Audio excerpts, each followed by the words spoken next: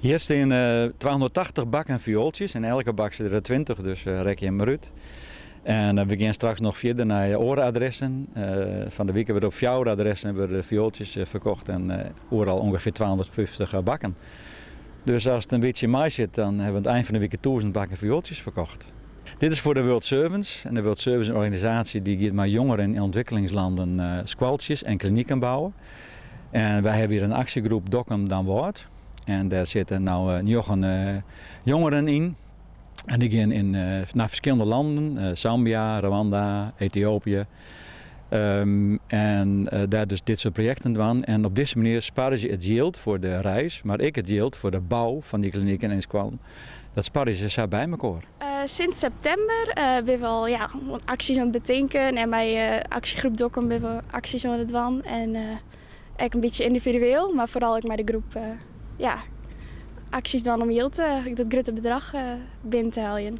Hoe groot is dat bedrag? Wat bij elkaar schrapen maakt?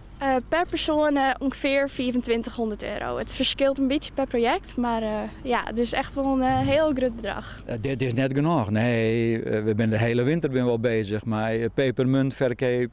We hebben op de Dikkensmarkt staan, we hebben kriespost bezorgen. We hebben het kerkdiensten aan, bij collectors voor ons wien. We schroeven alle bedrijven aan. We hebben de nieuwjaarsduik die gesponsord. Maar deze actie is wel de grootste actie. En het moet eigenlijk wel de klapper wezen. We hopelijk, als dat allemaal lukt, week het bedrag zo ongeveer bij elkaar gaan.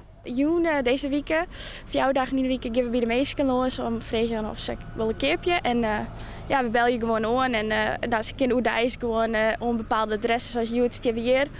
En kunnen ze hier gewoon loskomen om te zien wat ze willen hebben. Dan kun je zelf wat uitzieken, zeg maar. Ja, in principe wel, ja. Maar dat je midden het Dwarendijl gaat, dan neem je hem geen viooltjes mee? Of, we nemen viooltjes mee. Ze komen in de karren en dan kun je uit het huis komen en bij ons uitzieken als ze dat willen. Als het niks uit maakt het niks uit, dan ze mijzelf uitzieken in principe. Als je ziet hoe dankbaar de mensen binnen dat we dit doen. En wat een stimulans het is voor Lietse dorpjes in dat soort ontwikkelingslanden.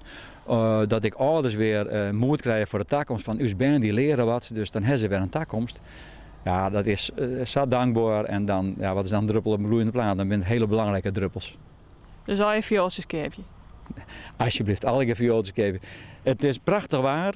De lente komt eraan. Het is vrolijk werk om te doen en de tuinen ben er vrolijk van. En je doet het ook nog voor een goed doel.